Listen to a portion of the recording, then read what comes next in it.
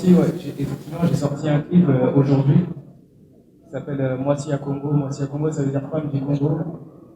J'ai sorti ce clip pour accompagner ma démarche. J'ai une association là qui est active depuis le 29 octobre maintenant, qui consiste à collecter des fonds pour pouvoir aider le docteur Denis Mukwege, qui est chirurgien, qui a eu le prix Nobel de la paix en 2000, et qui opère des femmes victimes de viol et qui les suit psychologiquement par la suite. Mais malgré tout ce qu'il fait, il lui manque quand même des fonds, il lui manque du personnel, il lui manque du matériel. Et mon objectif à moi, c'est d'essayer de l'aider un maximum. Et donc, comme ma génération est plus active, quand je sors un son, j'ai voulu associer les deux pour pouvoir faire une pierre deux coups en fait. J'ai sorti le son et tous les fonds récoltés par cette musique-là, Moitié à Congo, seront directement reversés à l'association pour pouvoir aider les auditeurs de musique. Voilà. Vous avez publié récemment le secteur d'assaut qui avait fait un conflit et un blocage au niveau de Douala. Et celui-ci avait répondu sur son Instagram vous concernant. Donc, est-ce que vous avez pu régler ça en interne et comment ça se présente maintenant? À quelle date on pourra s'attendre et comment on pourra attendre ce fameux projet de retour de droit? Figurez-vous que ça a beaucoup avancé. Figurez-vous que ça a beaucoup avancé et que voilà, que ça a été utile quoi.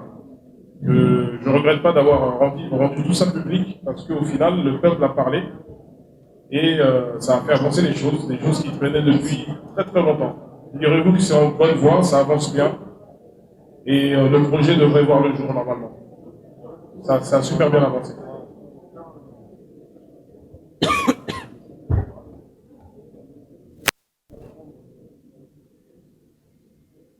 On fait vite, s'il vous plaît. Ben, en fait, tu sais, on n'est jamais forcé de revenir quelque part. Un artiste, il est assez libre, il fait ce qu'il veut. Aujourd'hui, avec Gims, par exemple, on a la chance d'avoir des propositions, de pouvoir aller un peu partout. Mais quand tu reviens, par exemple, on va prendre l'exemple du Sénégal, quand tu reviens au Sénégal, c'est parce que on est déjà venu ici, on a été accueillis parfaitement, les choses s'est super bien déroulées, on a vraiment eu un bon feeling avec le public, avec le peuple. C'est ce qui nous donne cette envie de revenir. Parce qu'on pourrait. Merci.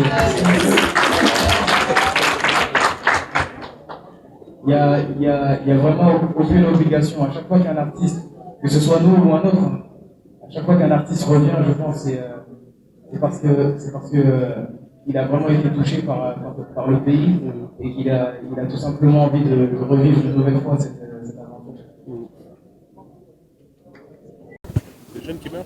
Non, c'est l'immigration, ça, des jeunes africains qui partent. L'immigration? Vous parlez de l'immigration?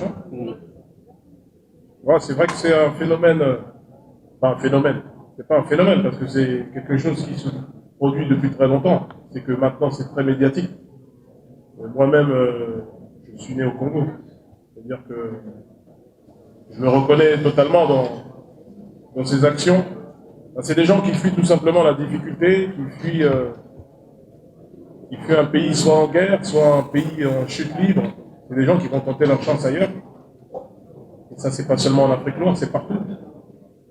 C'est partout.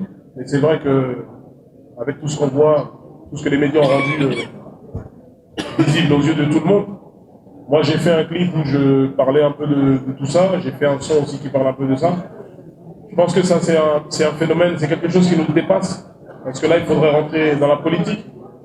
Il faudrait parler de l'Occident, il faudrait parler de la France, la Belgique. Il faudrait rentrer dans les très grandes lignes, parce que là, on n'est plus dans la musique, mais on est dans quelque chose de politique. On est dans la colonisation, on est dans toutes ces parties sombres de l'histoire, qui aujourd'hui ont laissé des traces, et ce n'est que le résultat de ce qui s'est passé il y a quelques années. Donc c'est un problème que nos ministres, nos présidents doivent régler.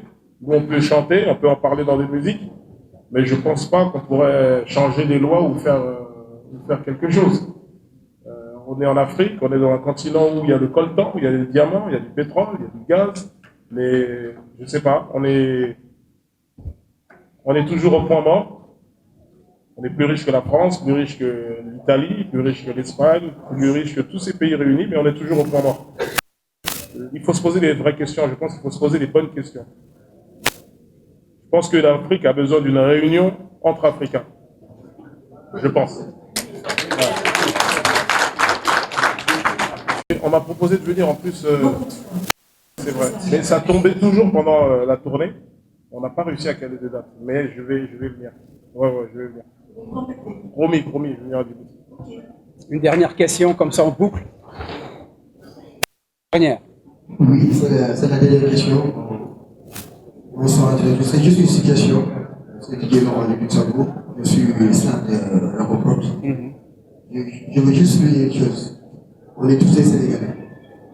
On doit se donner la main. On doit s'embêter. Didier Laurent, il a laissé toutes ses obligations pour monter ce projet. Je pense qu'on doit l'encourager. On doit l'encourager parce que ce n'est pas la première fois. Ce qu'il a fait, c'est grandiose. Ce qu'il a fait, c'est grandiose. Donc pour moi, en Sénégalais, on doit se donner la main et s'entraider. Parce qu'avoir aussi un plateau, Gibbs, Dadjo, qu'est-ce qu'on veut de plus? C'est là-haut,